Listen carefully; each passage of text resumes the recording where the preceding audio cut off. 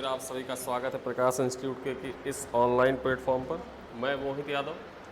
जैसा कि कल हम लोगों ने कहा था कि हम जल्द ही करंट अफेयर की श्रृंखला को फिर से शुरू करेंगे।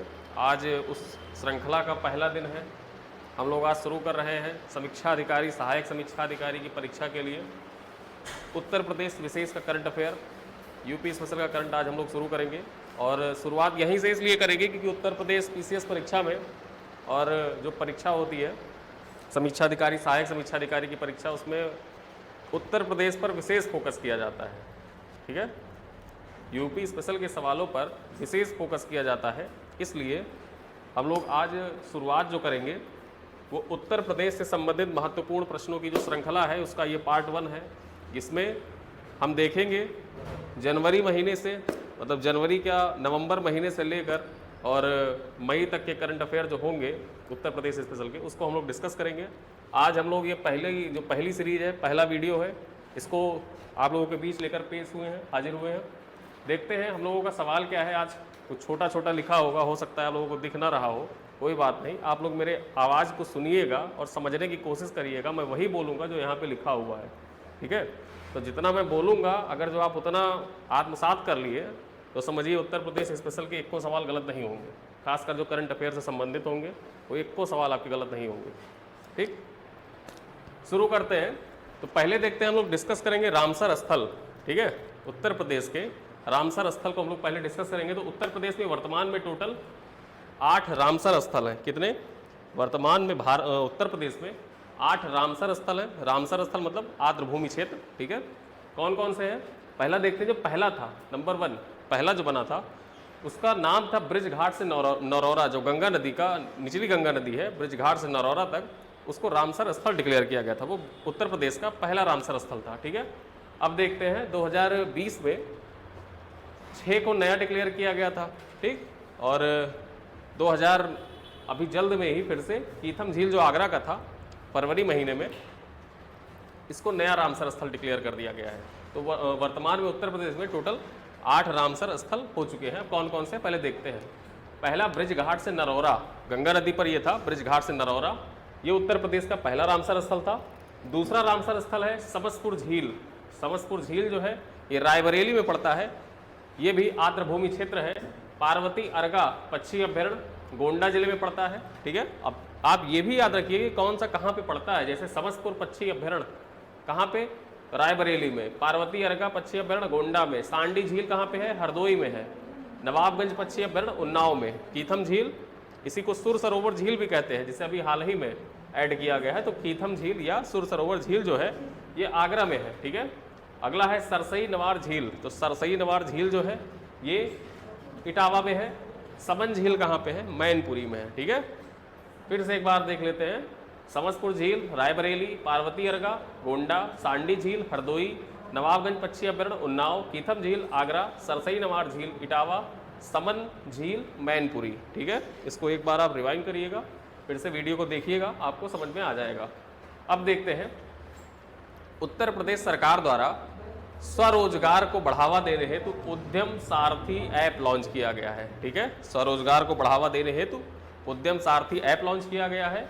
और प्रवासी, जैसे जो प्रवासी हुए थे, जो लॉकडाउन लगा था, तो जो प्रवासी हुए मुंबई दिल्ली से भाग के जब वापस आ रहे थे, तो उनकी सहायता के लिए उत्तर प्रदेश सरकार द्वारा प्रवासी राहत मित्र ऐप लॉन्च किया गया। कौन सा ऐप? प्रवासी राहत मित्र ऐप उनके सहायता के लिए लॉन्च किया गया। अगला प्रश्न देखते हैं क्या है। यू राइज पोर्टल कैरियर संबंधित जागरूकता के लिए। ठीक है, तो कैरियर संबंधित जागरूकता के लिए उत्तर प्रदेश सरकार के द्वारा यू राइज पोर्टल का शुभारंभ किया गया। अगला प्रश्न है कर्मयोगी योजना। एक योजना थी लखनऊ विश्वविद्यालय की। लखनऊ विश्वविद्यालय को स्थापित हुए 100 साल पूरे हो गए हैं 2021 में। तो 2021 में 100 साल पूरे होने के उपलक्ष्य में लखनऊ विश्वविद्यालय के द्वारा एक योजना शुरू करी गई, कर्मयोगी योजना। ठीक है, परीक्षा में पूछा जा सकता है कि कर्मयोगी योजना किससे संबंधित है? उत्तर प्रदेश सरकार से, भारत सरकार से, लखनऊ विश्वविद्यालय से या इलाहाबाद विश्वविद्यालय से? तो कर्मयोगी योजना जो है यह लखनऊ विश्वविद्यालय से संबंधित है। अब इस योजना में क्या किया जाएगा कि जो वहाँ पे पढ़ने वाले छात्र छात्रा हैं, ठीक है, उनमें रोजगार का अवसर कैसे पैदा किया जाए। वो अगर जो जैसे विश्वविद्यालय में पढ़ते हैं, उनके पास खाली समय है, तो विश्वविद्यालय में पढ़ा सकते हैं। जो ज़रूरत के, जैसे किसी चीज़ में वो एक्सपर्ट है, अपनी एक्सपर्टीज़ को शो कर सकते हैं। कोई विषय किसी विषय में अच्छी जानकारी उनको है तो नॉलेज शेयर कर सकते हैं। तो इसलिए लखनऊ विश्वविद्यालय ने क्या किया कि कर्मयोगी योजना शुरू करी। ठीक है, यहाँ पे पढ़ने वाले छात्रों को रोजगार देने हेतु। ठीक, अगला प्रश्न देखते हैं। जो लखनऊ नगर निगम है इसने थैला बैंक का शुभारंभ किया है। लखनऊ नगर निगम के द्वारा थैला बैंक का शुभारंभ किया गया। अब देखिए, जैसे कभी कभी सरकार जो है वो बहुत एकदम होश में आ जाती है, थैले पे प्रतिबंध लगा दिया। अब ठेला वाला जो है थैला नहीं बेचेगा, मतलब सब्जी बेच रहा है थैला नहीं रख सकता। रखते तो हैं, देखते तो आप लोग भी हैं, सब रखते तो हर कोई है, लेकिन अब सरकार के भाई पहल है तो उसी पहल को ध्यान में रखते हुए लखनऊ नगर निगम के द्वारा थैला बैंक का शुभारंभ किया गया। ठीक है, अब थैला बैंक का शुभारंभ किया गया तो इसमें थैले का जो मूल्य था वो कागज का थैला था। ठीक, और जो महिलाएं थी, ये महिलाएं इन थैलों को बनाएंगी, जिससे क्या होगा कि महिला सशक्तिकरण को भी बढ़ावा मिलेगा।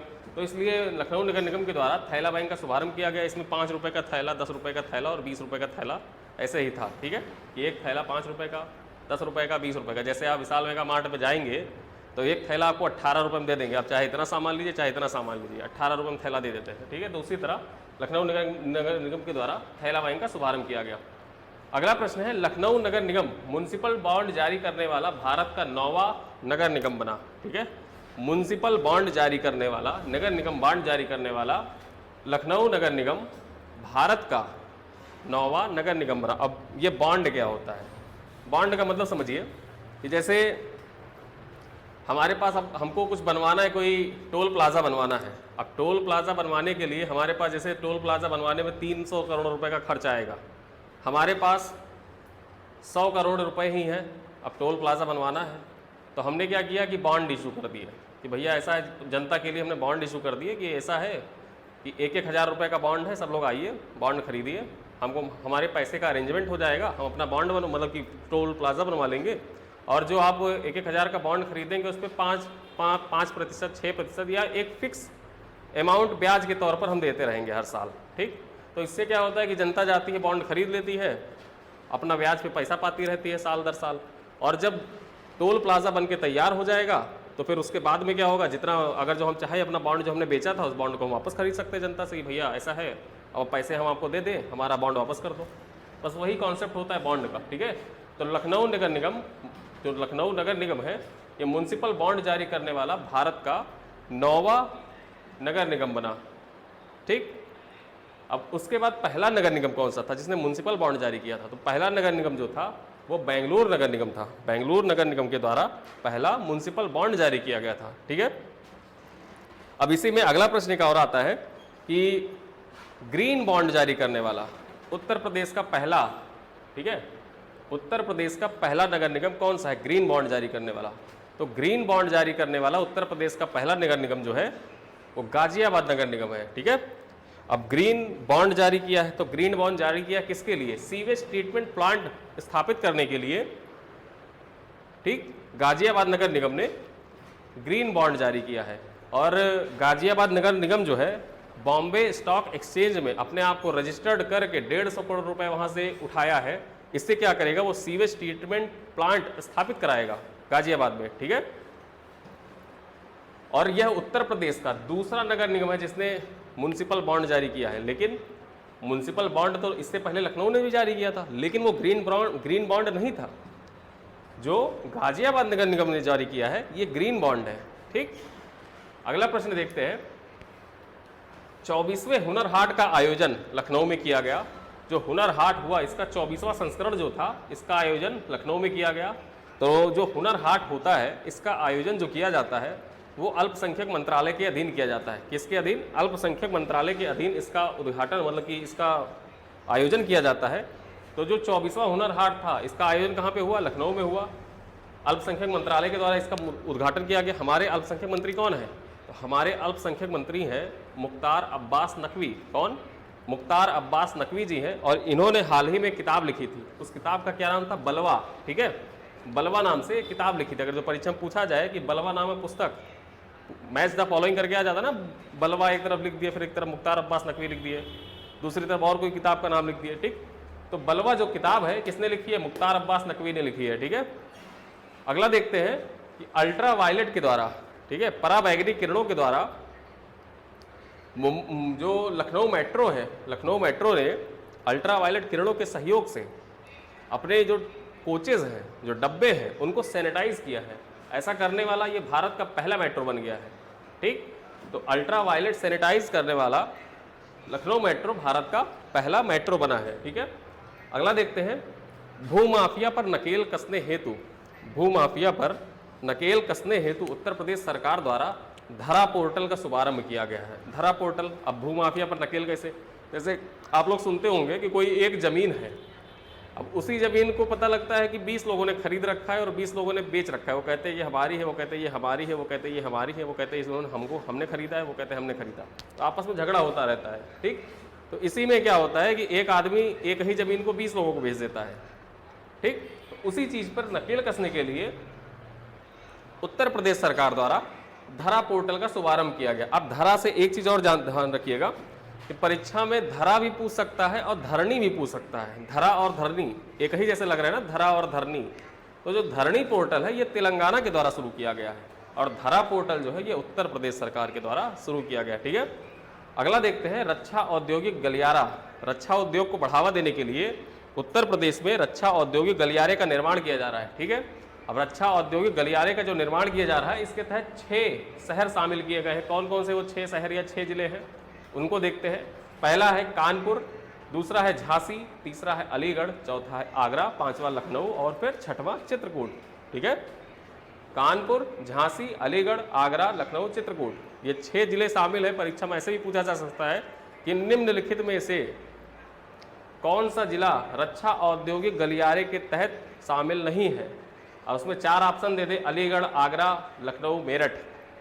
तो इसमें जो मेरठ होगा, मेरठ सम्मिलित नहीं है। कानपुर, झांसी, अलीगढ़, आगरा, लखनऊ और चित्रकूट, ये 6 शहर या 6 जिले इसके तहत शामिल किए गए हैं।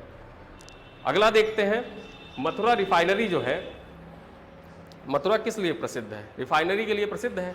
तो मथुरा रिफाइनरी द्वारा 100 ऑक्टेन पेट्रोल विकसित किया गया है। एक 100 ऑक्टेन पेट्रोल विकसित किया गया है। उसका नाम क्या है? उसका नाम है XP100। ठीक है, क्या नाम है? XP100 नाम से एक 100 ऑक्टेन पेट्रोल विकसित किया गया है।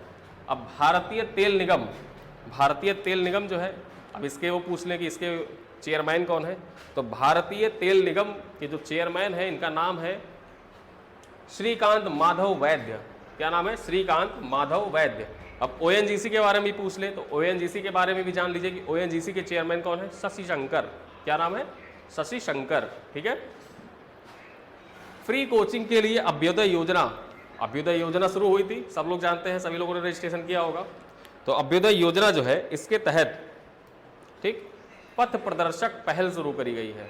अभ्युदय योजना के तहत पथ प्रदर्शक पहल शुरू करी गई है जिसके तहत फ्री कोचिंग मुहैया कराई जाएगी। जो छात्र छात्राएं हैं उनको फ्री कोचिंग मुहैया कराई जाएगी। अब उत्तर प्रदेश एक मामले में और चर्चा में आया और भारत का वो पहला राज्य बन गया उत्तर प्रदेश कि एक्सप्रेसवे पर आपातकालीन लैंडिंग के लिए उत्तर प्रदेश 2 हवाई पट्टी विकसित करने वाला पहला राज्य बन गया है। ठीक है, तो उत्तर प्रदेश के जो एक्सप्रेसवे हैं, 2 एक्सप्रेसवे ऐसे हैं जहां पर यदि चाहे तो हवाई जहाज की आपात लैंडिंग कराई जा सकती है। तो वो 2 एक्सप्रेसवे कौन कौन से हैं? एक पूर्वांचल एक्सप्रेसवे हो गया और एक लखनऊ आगरा एक्सप्रेसवे। पहला जो था वो लखनऊ आगरा एक्सप्रेसवे था और फिर उसके बाद पूर्वांचल एक्सप्रेसवे भी हो गया जो हवाई पट्टी जिस पर विकसित कर दी गई, मतलब आपात लैंडिंग हो सकती है। ठीक है, अब कुछ एक्सप्रेसवे के बारे में जान लेते हैं। जैसे 2018 का UP PCS का पेपर जो हुआ था उसमें पूछ लिया था एक्सप्रेसवे के बारे में। ठीक है, तो एक्सप्रेसवे के बारे में कुछ जान लेते हैं कि जो पूर्वांचल एक्सप्रेसवे है ये कहाँ से कहाँ तक किसको किसको जोड़ेगी। तो पूर्वांचल एक्सप्रेसवे जोड़ेगी लखनऊ को गाजीपुर से। ठीक है, उसके बाद यमुना एक्सप्रेसवे ये जोड़ेगी दिल्ली को आगरा से। उसके बाद बुंदेलखंड एक्सप्रेसवे ये चित्रकूट को इटावा से जोड़ेगी और गंगा एक्सप्रेसवे जिसकी लंबाई सबसे ज़्यादा है या प्रयागराज को जोड़ेगी मेरठ से। ठीक है, इसको हम लोगों ने देखा एक्सप्रेसवे के बारे में। आगे देखते हैं, किसानों की आय दुगना करने का लक्ष्य भारत सरकार के द्वारा 2022 में रखा गया है। 2022 में किसानों की आय दुगना करने का लक्ष्य रखा गया है। ठीक, तो इसके तहत उत्तर प्रदेश सरकार द्वारा किसान कल्याण मिशन योजना का शुभारंभ किया गया है। किसान कल्याण योजना का शुभारंभ किस लिए किया गया है? किसानों की आय दुगना करने के लिए, ठीक है। और उसके बाद देखते हैं अगला प्रश्न है, बिजली वितरण हेतु एडीबी द्वारा, एशियन डेवलपमेंट बैंक द्वारा 430 मिलियन डॉलर का लोन दिया गया उत्तर प्रदेश राज्य को, ठीक है। एडीबी द्वारा 430 मिलियन डॉलर का लोन दिया गया उत्तर प्रदेश को, किस लिए? यह लोन दिया गया है बिजली वितरण हेतु, ठीक है, बिजली वितरण हेतु यह लोन दिया गया है। अगला प्रश्न है, अंतर्राष्ट्रीय पक्षी महोत्सव का आयोजन कहाँ किया गया? तो अंतर्राष्ट्रीय पक्षी महोत्सव का आयोजन गोरखपुर के रामगढ़ ताल, जिसका हाल फिलहाल में बहुत कायदे से सौंदर्यीकरण हुआ, ठीक है। तो गोरखपुर के रामगढ़ ताल में अंतर्राष्ट्रीय पक्षी महोत्सव का आयोजन किया जाएगा। और गोरखपुर में ही गिद्ध प्रजनन केंद्र है। क्या है? गिद्ध प्रजनन केंद्र कहाँ पर है? गोरखपुर में है, ठीक है। गोरखपुर में ही मंदिर है, गोरखनाथ मंदिर, जिसके नाम पर गोरखपुर जो शहर है, नाम गोरखपुर एकदम समझ लीजिए गोरखनाथ महाराज के नाम पर ही पड़ा। तो वही गोरखनाथ मंदिर में जो वहाँ पे फूल मालाएँ चढ़ाई जाती हैं। अब फूल मालाएँ पहले क्या होता था कि फूल मालाओं का जो वेस्ट होता था नदियों में फेंक दिया जाता था, तालाबों में फेंक दिया जाता था। तो इससे क्या होता था कि नदियाँ प्रदूषित भी होती थी। अब क्या होगा कि उन्होंने नदियों और तालाबों में नहीं फेंका जाएगा, उनको फेंकने के बजाय उनको एकत्र करके गोरखनाथ मंदिर में ही आशीर्वाद ब्रांड के नाम से अगरबत्तियाँ बनाई जाएंगी। अब भाई फूलों की अगरबत्तियाँ होंगी तो जाहिर सी बात है उसमें नेचुरल सुगंध होगी, ठीक है। तो उसमें क्या किया जाएगा, किस ब्रांड के नाम से अगरबत्तियाँ बनाई जाएंगी? तो आशीर्वाद ब्रांड के नाम से अगरबत्तियाँ बनाई जाएंगी। उसके बाद में गोरखपुर में ही अशफाक उल्ला खान चिड़ियाघर, ठीक है, इसकी स्थापना करी जा रही है। अशफाक उल्ला खान चिड़ियाघर गोरखपुर में ही 4 फरवरी को चौरी चौरा कांड हुआ था, 2022 चौरी चौरा कांड, ठीक है। तो क्या होगा कि 2022 में 100 साल पूरे हो रहे हैं। तो इसको एक महोत्सव के रूप में भारत सरकार ने बनाने का निर्णय लिया है। तो चौरी चौरा महोत्सव कहाँ पे आयोजित किया जाएगा? गोरखपुर में आयोजित किया जा रहा है, ठीक है। चौरी चौरा कांड के 100 साल पूरे होने के उपलक्ष्य में चौरी चौरा महोत्सव मनाया जाएगा, ठीक है। और यहीं पर गोरखपुर में है बीआरडी मेडिकल कॉलेज, बाबा राघव दास मेडिकल कॉलेज। अब चौरी चौरा कांड हुआ था तो इसकी सूचना कहते हैं बाबा राघव दास ने महात्मा गांधी को दी थी, ठीक है। तो ये वही बाबा राघव दास है, बीआरडी, उन्हीं के नाम पे बीआरडी मेडिकल कॉलेज का नाम रखा गया है, ठीक है। तो बीआरडी मेडिकल कॉलेज जो है ये जापानी इंसेफेलाइटिस के लिए, जापानी इंसेफेलाइटिस इसका इलाज होता है। आज से 2 साल पहले आप लोगों ने चमकी बुखार का बड़ा सुना होगा कि लड़कों ने कच्ची लीची खा ली, चमकी बुखार हो गया, ठीक है।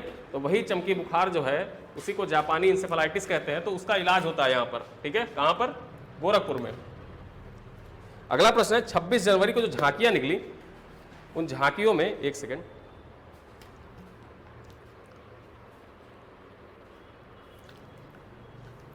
जो 26 जनवरी को जो राजपथ पे झांकियां निकलती हैं उन झांकियों में प्रथम स्थान किस झांकी को प्राप्त हुआ? तो उन झांकियों में प्रथम स्थान जो प्राप्त हुआ वो उत्तर प्रदेश की झांकी को प्राप्त हुआ। इसका थीम क्या था?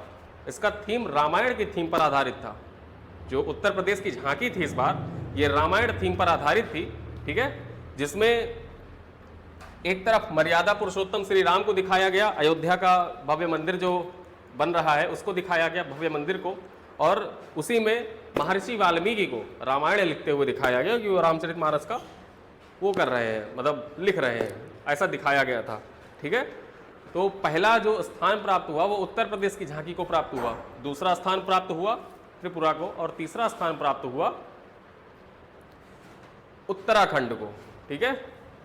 उत्तराखंड की झांकी को तीसरा स्थान प्राप्त हुआ। पहला स्थान उत्तर प्रदेश की झांकी को और दूसरा स्थान त्रिपुरा की झांकी को प्राप्त हुआ। अगला प्रश्न है, प्रतापगढ़ प्रतापगढ़ का एक रेलवे स्टेशन है दंदूपुर रेलवे स्टेशन, ठीक है। तो दंदूपुर रेलवे स्टेशन प्रतापगढ़ का जो है इसका नाम बदल के माँ बरही देवी रेलवे स्टेशन कर दिया गया है, ठीक है। माँ बरही देवी रेलवे स्टेशन किस रेलवे स्टेशन का नाम है? तो दंदूपुर रेलवे स्टेशन। ये कहाँ पड़ता है? प्रतापगढ़ में, ठीक है। अब उसी तरह कुछ रेलवे स्टेशन और है जिनके नाम बदल दिए गए, जैसे मडुआडीह रेलवे स्टेशन, तो मडुआडीह का नाम बदल के बनारस कर दिया गया। मुगल सराय का नाम बदल के आप लोग जानते ही हैं दीनदयाल उपाध्याय। नौगढ़ का नाम बदल के सिद्धार्थनगर रेलवे स्टेशन कर दिया गया, ठीक है। अगला प्रश्न देखते हैं, विरासत कैंपेन होता क्या है? गाँव में जैसे पिताजी का देहांत हुआ तो 2 भाई आपस में ज़मीन के लिए लड़ गए। अब ज़मीन के लिए लड़ गए तो एकदम मार काट पे आ गए। अब मार काट पे जब आ जाएंगे तो भाई दीवानी मुकदमा चलेगा, फौजदारी मुकदमा नहीं, दीवानी ही चलेगा, फौजदारी नहीं चलेगा। तो दीवानी मुकदमा गए, कचहरी में लड़ रहे हैं। अब लड़ते लड़ते पता लगा 20 साल हो गए। कचहरी मुकदमा जानते हैं कैसे चलता है? डेट पे डेट, तारीख पे तारीख। तब उसमें फिर क्या है कि इन सब मामलों को कचहरी के बाहर निपटा लिया जाए। भाई भाई हैं तो आपस में बाहर निपट लो।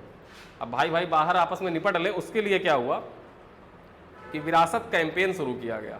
उत्तर प्रदेश सरकार द्वारा विरासत कैंपेन शुरू किया गया। इस कैंपेन के तहत क्या होगा कि जो ज़मीनी मुकदमे हैं उन ज़मीनी मुकदमों को अदालत से बाहर ही सुलझा लिया जाए, इस पर जोर दिया जाएगा। इसके लिए उत्तर प्रदेश सरकार द्वारा विरासत कैंपेन शुरू किया गया। ठीक है, अगला प्रश्न है, भारत की सबसे बड़ी फिल्म सिटी, भारत की सबसे बड़ी फिल्म सिटी कहाँ पर बनाई जा रही है? तो भारत की सबसे बड़ी फिल्म सिटी जो है ये गौतम बुद्ध नगर, ठीक है, गौतम बुद्ध नगर में बनाई जा रही है। और गौतम बुद्ध नगर में ही जेवर एयरपोर्ट है, जो ग्रीन फील्ड एयरपोर्ट। अब ग्रीन फील्ड क्या होता है? जो एकदम मतलब वहाँ पहले एयरपोर्ट नहीं था, एकदम नए सिरे से निर्माण किया जा रहा है, उसको ग्रीन फील्ड कहते हैं। ठीक है, जो कुछ भी नए सिरे से बनाया जाए उसे ग्रीन फील्ड कहा जाता है। ठीक, तो जो गौतम बुद्ध नगर में एयरपोर्ट है वो ग्रीन फील्ड एयरपोर्ट है, जेवर एयरपोर्ट। और जेवर एयरपोर्ट जो है किसकी सहायता से बनाया जा रहा है? तो ज्यूरिख एयरपोर्ट जो है, ज्यूरिख एयरपोर्ट जेवर एयरपोर्ट को विकसित करने में मदद कर रहा है। कौन सा एयरपोर्ट? Zurich airport. ठीक है, अगला देखते हैं, भारत का पहला लेदर पार्क कहाँ पे स्थापित किया जा रहा है? तो भारत का पहला लेदर पार्क जो है ये कानपुर में स्थापित किया जा रहा है। ठीक है, अब कानपुर से एक प्रश्न और आता है कि उत्तर प्रदेश का सबसे पहला और सबसे बड़ा चिड़ियाघर कौन सा है? ठीक, सबसे बड़ा और सबसे पहला चिड़ियाघर उत्तर प्रदेश के किस जिले में स्थित है? तो लोग लखनऊ टिक करके चले जाते हैं, लखनऊ नहीं है, कानपुर का एलन चिड़ियाघर जो है उसका नाम एलन है। ठीक है, तो एलन चिड़ियाघर कानपुर का जो है ये उत्तर प्रदेश का सबसे बड़ा चिड़ियाघर है। ठीक है, ये चीज़ जाने रहिएगा। और अशफाक उल्ला खान चिड़ियाघर अभी मैंने बताया है गोरखपुर में स्थापित किया जा रहा है।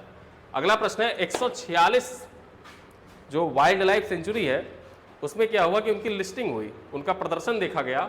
तो 146 वाइल्ड लाइफ सेंचुरी में सबसे खराब प्रदर्शन वाइल्ड लाइफ सेंचुरी का जिसका रहा उसका नाम है टर्टल वाइल्ड लाइफ सेंचुरी। जो बनारस की टर्टल वाइल्ड लाइफ सेंचुरी है वो सबसे खराब, सबसे स्थिति उसकी सबसे गंदी स्थिति रही। ठीक है, टर्टल वाइल्ड लाइफ सेंचुरी की स्थिति सबसे खराब रही। अब इसके लिए क्या किया गया है कि अब कहा जा रहा है कि इसका जो स्टेटस है उसको वाइल्ड लाइफ सेंचुरी का हटा दिया जाए, टर्टल वाइल्ड लाइफ सेंचुरी का स्टेटस ही हटा दिया जाए। अगला प्रश्न है, एक ऑपरेशन दुराचारी शुरू किया गया। ऑपरेशन दुराचारी, तो ऑपरेशन दुराचारी किस लिए शुरू किया गया? भाई कुछ लोग होते हैं सड़कों पे चलते हैं तो पीछा करते रहते हैं किसी का, अब पीछा करते रहते हैं, कमेंट पास करते रहते हैं।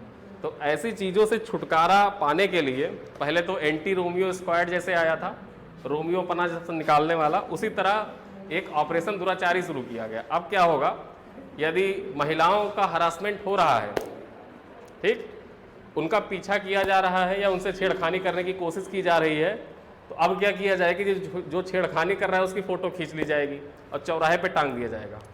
ठीक है, इससे क्या होगा कि एक नकेल कसने की कोशिश की जा रही है ऑपरेशन दुराचारी के माध्यम से कि देख लो भैया, चौराहे जब उसका फोटो टंगेगा तो बेइज्जत हो जाएगा। जैसे कुछ संपत्ति टूटने वाला, संपत्ति रिकवरी वाला जो आया था कि जो सरकारी संपत्ति को क्षति पहुंचाएंगे उनका फोटो लगवा दिया गया था। बाद में कोर्ट ने बहुत उसमें हस्तक्षेप किया तो सब कुछ हटा था, लेकिन ऐसा किया गया कि फ़ोटो चिपकवा दिया गया। भाई बगल से जाने वाला है तो वो तो पड़ोसी देख के बड़ा खुश होगा, फलाने फ़ोटो लगा है चौराहे पे।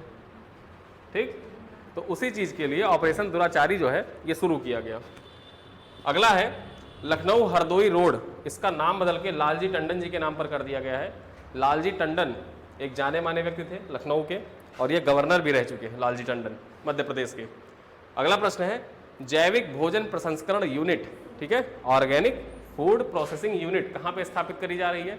तो ये बाराबंकी में स्थापित की जा रही है, ऑर्गेनिक फूड प्रोसेसिंग यूनिट। ठीक है, अगला प्रश्न है मेजर ध्यानचंद विजय पथ योजना, उत्तर प्रदेश के 19 ऐसे खिलाड़ी जो राष्ट्रीय अंतर्राष्ट्रीय खेलों से संबंधित रहे और उत्तर प्रदेश का नाम रोशन किया, तो ऐसे 19 खिलाड़ियों के घर तक सड़कें बनाई जाएंगी। ठीक है, ऐसे 19 खिलाड़ियों के घर तक सड़कों का निर्माण उत्तर प्रदेश सरकार करेगी उनको सम्मानित करने के लिए। तो इसके लिए मेजर ध्यानचंद विजय पथ योजना का शुभारंभ किया गया है उत्तर प्रदेश सरकार के द्वारा। अगला प्रश्न है 800 किलोमीटर लंबी हर्बल रोड, 800 किलोमीटर लंबी हर्बल रोड उत्तर प्रदेश सरकार बनाएगी। इसका उद्घाटन उप मुख्यमंत्री केशव प्रसाद मौर्य के द्वारा किया गया। अगला प्रश्न है, जो नीति आयोग की आकांक्षी जिलों की जो लिस्ट आती है, तो श्रावस्ती जिला, ठीक है, जहां पे महात्मा जो बुद्ध हैं उन्होंने सबसे ज्यादा उपदेश दिया श्रावस्ती में। तो अब श्रावस्ती में देखिए सबसे ज्यादा बुद्ध भगवान ने उपदेश दिए, लेकिन सबसे पिछड़ा जिला है उत्तर प्रदेश का, पिछड़े जिलों की लिस्ट में टॉप पर आता है। तो आकांक्षी जिलों का जो डाटा जारी किया गया, जो लिस्ट जारी करी गई आकांक्षी जिलों की नीति आयोग की, उसमें इस बार क्या हुआ कि श्रावस्ती जो है वो टॉप पर रहा। ठीक है, श्रावस्ती आकांक्षी जिलों की डेल्टा रैंकिंग में टॉप जिला रहा। ठीक, अगला प्रश्न क्या है कि पहला गौ अभ्यारण्य कहां पे स्थापित किया जा रहा है? गायों का अभ्यारण्य। तो उत्तर प्रदेश में पहला गौ अभ्यारण्य जो है वो मिर्जापुर में स्थापित किया जा रहा है। ठीक है, अगला देखते हैं, जो कुशीनगर एयरपोर्ट है, यूपी पीसीएस 2020 की परीक्षा में पूछा गया था कुशीनगर एयरपोर्ट के बारे में। ठीक है, तो कुशीनगर एयरपोर्ट जो है इसको अंतर्राष्ट्रीय एयरपोर्ट का दर्जा दे दिया गया। ठीक, कुशीनगर एयरपोर्ट को अंतर्राष्ट्रीय एयरपोर्ट का दर्जा दे दिया गया है। यहीं पर किन्नर विश्वविद्यालय की स्थापना की जा रही है, कुशीनगर में ही किन्नर विश्वविद्यालय की स्थापना की जा रही है। और मान्या सिंह जो मिस फेमिना इंडिया रही, ठीक, मिस फेमिना इंडिया मान्या सिंह, ये कुशीनगर से ही संबंधित है। अगर जो परीक्षा में पूछ ले, यूपी स्पेशल का ही प्रश्न है कि मान्या सिंह उत्तर प्रदेश के किस जिले से संबंधित है, तो कुशीनगर से संबंधित है। अब जैसे लॉकडाउन लगा तो कॉलेज, स्कूल, कोचिंग संस्थान सब कुछ बंद हो गया। बंद होने के बाद क्या हुआ कि पढ़ाई लिखाई सबसे ज़्यादा प्रभावित हुई, माता पिता परेशान, लड़का पढ़ नहीं रहा है, घर बैठे हुए हैं। तो उसके लिए क्या किया गया कि IIT कानपुर ने एक ऐप जारी किया, मोबाइल मास्टर जी, मोबाइल से पढ़ने के लिए, कि छात्र और शिक्षक एक दूसरे से जुड़े रहे। उसके लिए IIT कानपुर के द्वारा मोबाइल मास्टर जी एक ऐप लॉन्च किया गया। ठीक है, मोबाइल मास्टर जी IIT कानपुर के द्वारा। अब IIT कानपुर की एक खासियत और जान लीजिए, इंटरनेशनल बिजनेस मशीन जो कंपनी है IBM, ठीक, IBM कंपनी जो है, IBM कंपनी के वर्तमान में CEO है अरविंद कृष्णा। ठीक है, वो इसी IIT कानपुर में पढ़े हुए हैं। ठीक है, IIT कानपुर में। आगे देखते हैं, लोक भवन, जो उत्तर प्रदेश का लोक भवन है, वहां पर अटल बिहारी वाजपेयी जी की एक 25 फीट ऊंची कांस्य की प्रतिमा स्थापित करी गई है, उनको सम्मानित करने के लिए। अब जान लीजिए इसमें महत्वपूर्ण क्या है। समाधि स्थल का नाम, समाधि स्थल का नाम महत्वपूर्ण है कि अटल जी की समाधि स्थल का नाम क्या है। तो अटल जी की समाधि स्थल का नाम है सदैव अटल। क्या? सदैव अटल। और अटल जी की पुण्यतिथि कब होती है? 16 अगस्त को अटल बिहारी वाजपेयी जी की पुण्यतिथि होती है। और 25 दिसंबर को अटल बिहारी वाजपेयी जी का जन्मदिन होता है, जिसे सुशासन दिवस के रूप में मनाया जाता है, गुड गवर्नेंस डे के रूप में मनाया जाता है। 23 दिसंबर को चौधरी चरण सिंह का जन्मदिन होता है, जिसको किसान दिवस के रूप में मनाया जाता है। ठीक, अब देखते हैं, तीसरी तेजस एक्सप्रेस चलाई गई IRCTC के द्वारा। तीसरी तेजस एक्सप्रेस चलाई गई कहां से कहां? काशी महाकाल एक्सप्रेस जिसका नाम था। काशी महाकाल एक्सप्रेस किन 3 ज्योतिर्लिंगों को जोड़ेगी? तो काशी महाकाल एक्सप्रेस जो थी, ये काशी, ठीक, काशी में बाबा विश्वनाथ, उज्जैन में महाकालेश्वर और ओमकारेश्वर, यह 3 ज्योतिर्लिंगों को काशी महाकाल एक्सप्रेस जोड़ेगी। ठीक है, तो यह IRCTC की तीसरी तेजस थी। ठीक है, पहली दूसरी कौन कौन सी थी? पहली जो चली वो दिल्ली से लखनऊ के बीच में चली, दूसरी अहमदाबाद से मुंबई के बीच में चली थी। ठीक, अब अगला प्रश्न देखते हैं, जो अयोध्या का एयरपोर्ट है, ठीक, अयोध्या का जो एयरपोर्ट है, इसका नाम बदल के मर्यादा पुरुषोत्तम श्री राम एयरपोर्ट कर दिया गया। क्या कर दिया गया?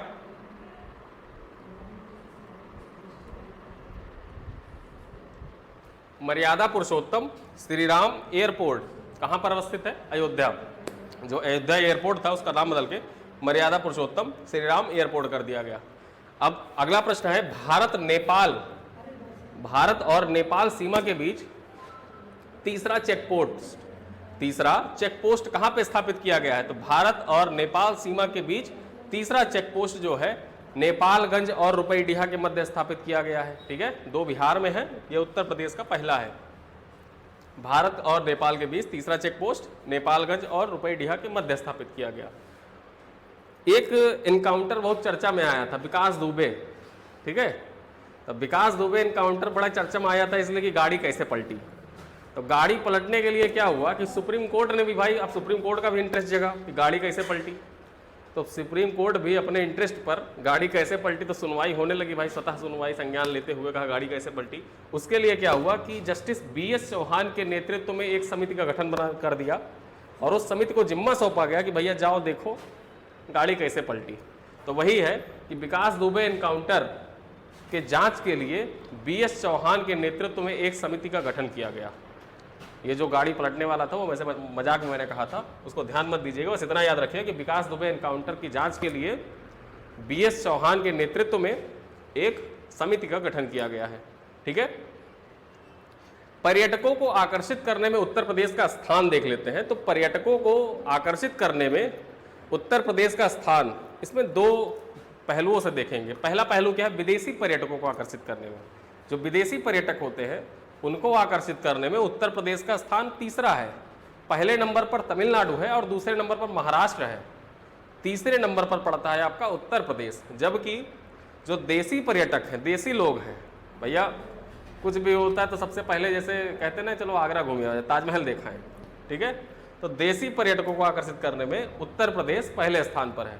ठीक है, और जैसे कुंभ मेला ही लग गया तो भाई पर्यटक ही तो आए, जितने आए सब 1.5 करोड़ 2 करोड़ पर्यटक चले आते हैं, 5 करोड़। ठीक, तो देसी पर्यटकों को आकर्षित करने में उत्तर प्रदेश टॉप पर रहा, विदेशी पर्यटकों को आकर्षित करने में तीसरे नंबर पर रहा। अगला प्रश्न है, शुद्ध सैनिटाइजर, अल्ट्रावायलेट किरणों पर आधारित शुद्ध नामक सैनिटाइजर, ठीक, किसके द्वारा विकसित किया गया? IIT कानपुर के द्वारा विकसित किया गया शुद्ध सैनिटाइजर। राफेल उड़ाने वाली पहली महिला शिवांगी सिंह उत्तर प्रदेश के किस जिले से संबंधित है? परीक्षा में प्रश्न पूछा जा सकता है RO की परीक्षा में, क्योंकि यूपी पर ज़्यादा फोकस किया जाता है RO में। सब कहते हैं PCS में नहीं फोकस किया जाता है, लेकिन RO के परीक्षा में अगर जो जनसंख्या नगरीकरण ही देख ले या यूपी स्पेशल ही देख ले तो आराम से 20 से 24 नंबर कवर हो जाते हैं, जनसंख्या नगरीकरण यूपी स्पेशल लेके। तो राफेल उड़ाने वाली पहली महिला शिवांगी सिंह कहाँ से संबंधित है? वाराणसी से संबंधित है। अब देखते हैं उत्तर प्रदेश में कुछ बुंदेलखंड के विकास के लिए कुछ सोलर पार्क स्थापित किए गए, सौर ऊर्जा पार्क स्थापित किया गया है। कहाँ कहाँ पे? ललितपुर, झांसी और जालौन में। तो ललितपुर में 600 मेगावाट का, झांसी में 600 मेगावाट का, जालौन में 1200 मेगावाट का सौर ऊर्जा पार्क स्थापित किया गया। किस लिए? बुंदेलखंड के विकास के लिए। ठीक है, अगला प्रश्न है, कानपुर मेट्रो, ठीक है, कानपुर मेट्रो के निर्माण के लिए 650 मिलियन यूरो का लोन दिया है, यूरोपियन इन्वेस्टमेंट बैंक के द्वारा लोन दिया गया है। और अगला प्रश्न है, CISF, जैसे CISF होता है केंद्रीय औद्योगिक सुरक्षा बल, ठीक, उसी तरह उसी के तर्ज पर UPSSF का गठन उत्तर प्रदेश सरकार के द्वारा किया गया है। ये क्या करेगा? ये एयरपोर्ट की सुरक्षा करेगा, उद्योगों की सुरक्षा करेगा और कोर्ट कचहरियों की सुरक्षा करेगा। CISF जो होता है ये कोर्टों की सुरक्षा करेगा, एयरपोर्ट और उद्योग की सुरक्षा करेगा। ठीक है, सिडबी के द्वारा पहली स्वावलंबन एक्सप्रेस कहां से कहां के बीच चली? तो सिडबी के द्वारा पहली स्वावलंबन एक्सप्रेस जो थी ये बनारस से लखनऊ के बीच में चली थी। ठीक है, सिडबी के द्वारा पहली स्वावलंबन एक्सप्रेस बनारस से लखनऊ के बीच में चली थी। अगला प्रश्न है, धन्नीपुर परियोजना। अब धन्नीपुर परियोजना क्या है? जैसे बाबरी मस्जिद का जो विवाद था, जब विवाद सुलझ गया तो विवाद सुलझने के बाद क्या हुआ कि 5 एकड़ भूमि, जैसे फैसला हुआ था, विवाद का जो फैसला था उसमें आया था कि 5 एकड़ भूमि मुस्लिम पक्ष को दी जाएगी। तो फैजाबाद के ही धन्नीपुर गांव में मुस्लिम पक्ष को एक 5 एकड़ का जमीन अलॉट किया गया, ठीक है, मस्जिद निर्माण के लिए। तो वही जो मस्जिद निर्माण की प्रक्रिया है उसी को धन्नी परियोजना कहा गया।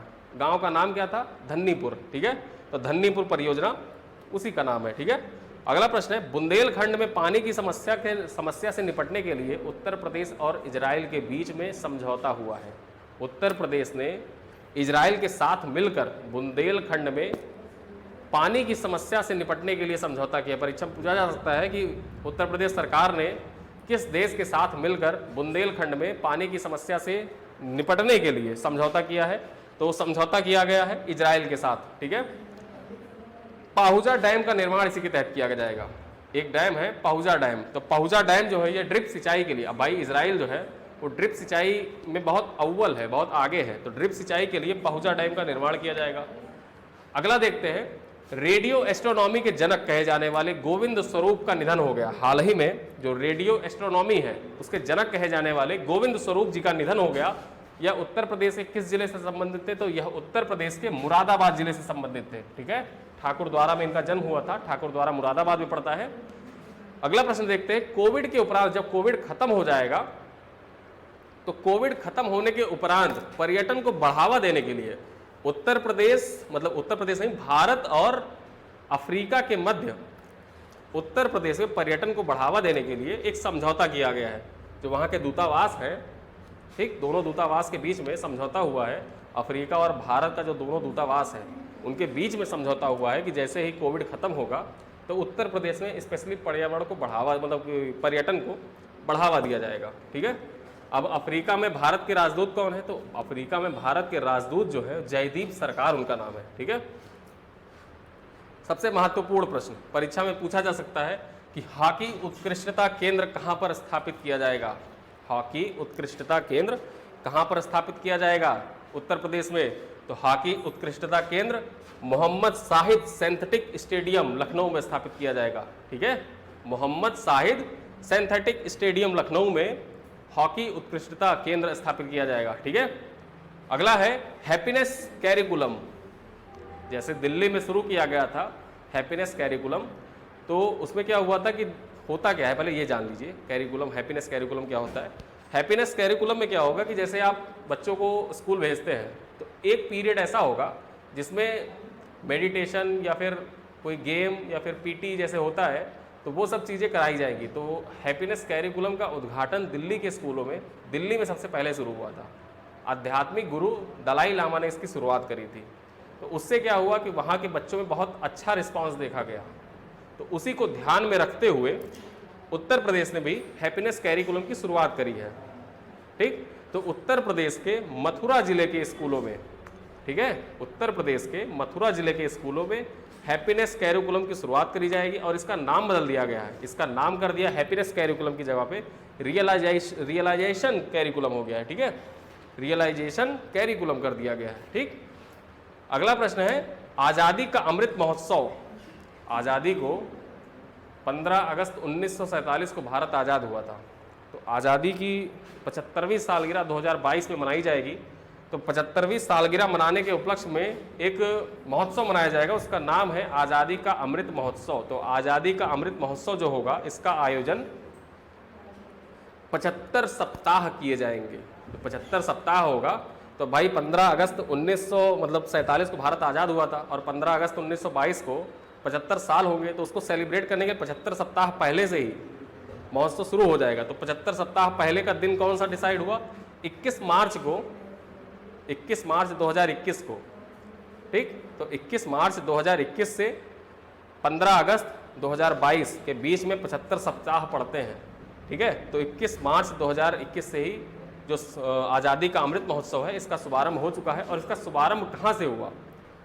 मुख्यमंत्री योगी आदित्यनाथ के द्वारा काकोरी से, ठीक है, काकोरी से इसका शुभारंभ किया गया।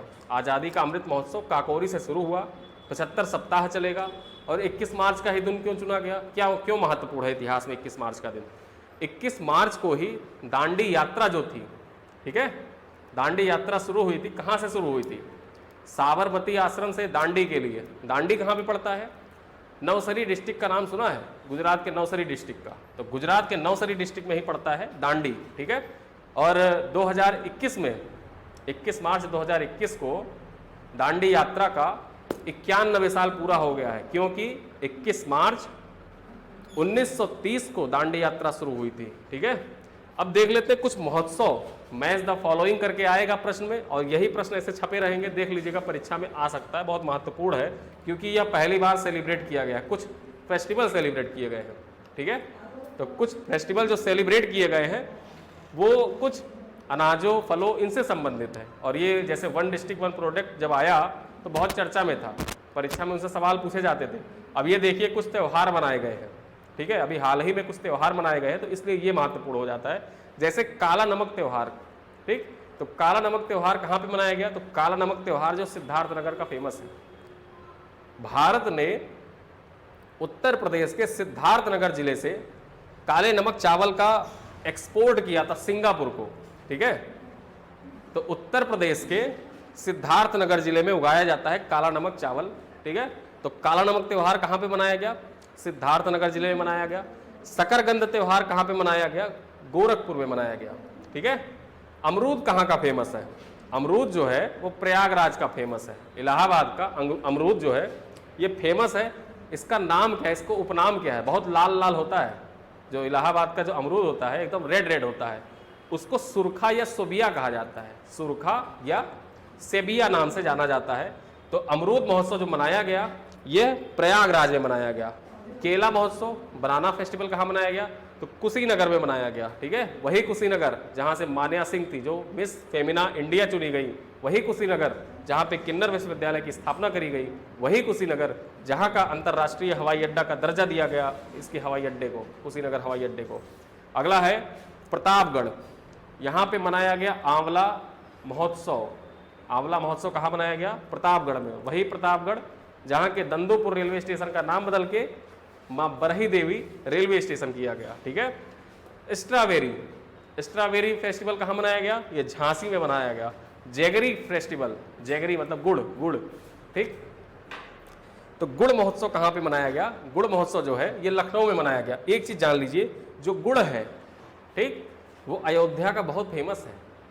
अयोध्या का गुड़ बहुत फेमस है। वन डिस्ट्रिक्ट वन प्रोडक्ट में जो अयोध्या से जो चीज़ चुनी गई वो गुड़ था, ठीक है। तो राम जी के क्षेत्र का गुड़ बहुत फेमस है, ठीक। तो जैगरी महोत्सव कहाँ मनाया गया? लेकिन महोत्सव मनाया गया लखनऊ के लिए। जैगरी महोत्सव लखनऊ मनाया गया। फेमस भले अयोध्या में है लेकिन जो महोत्सव हुआ वो लखनऊ में हुआ। लास्ट आज का है टोमेटो फेस्टिवल। टमाटर फेस्टिवल जो था, टमाटर त्यौहार, ये कहाँ मनाया गया? ये बनारस में मनाया गया, ठीक है। बनारस में टमाटर फेस्टिवल मनाया गया। एक चीज़ आज का लास्ट जान लीजिए कि जो मैंने काला नमक चावल बताया था, तो काला नमक चावल जो है ये उत्तर प्रदेश का फेमस है, ठीक है। और एक लाल चावल है। तो काला नमक चावल हम लोगों ने सिंगापुर को भेजा था, ठीक है। एक लाल चावल है, लाल चावल को हम लोगों ने अमेरिका भेजा था। अमेरिका ने हमारे यहाँ से लाल चावल मंगाया था। और जो लाल चावल है वो असम का फेमस है, ठीक। आज जितना था कंप्लीट कर लिए है। कल अगला पार्ट आएगा। आज का पार्ट कैसा लगा? वीडियो को लाइक करिएगा, कमेंट में ज़रूर बताइएगा कि आज का पार्ट कैसा लगा। मैंने कोशिश करी है लिख के इसको पढ़ने की, ठीक है। पहले क्या होता था, मैं साथ साथ बोलता रहता था, लोग लिखते भी रहते थे, पढ़ते भी रहते थे। लेकिन अब मैंने क्या किया है कि पहले लिख दिया है, मैं इसको एक्सप्लेन करूँगा। एक्सप्लेन करने में ज़्यादा समय नहीं लगता है, लिखने में भले थोड़ा समय लगता है मुझे, लेकिन एक्सप्लेन करने में समय नहीं लगता है, ठीक। आप लोग ऐसे ही वीडियो को लाइक करिए, शेयर करिए, और जब तक आप लोग वीडियो को अपने दोस्तों में फॉरवर्ड नहीं करेंगे तब तक और उत्साह के साथ मज़ा नहीं आएगा। जब तक आप और वीडियो को ज़्यादा से ज़्यादा लाइक करिए, दोस्तों में शेयर करिए, ताकि हमारे अंदर भी एक उत्साह आए कि हाँ लोग देख रहे हैं, लोग सहयोग कर रहे हैं साथ साथ में। तो हमको भी वीडियो लिखने और बनाने में, साथ साथ कंटेंट तैयार करने में भी मज़ा आया, ठीक है।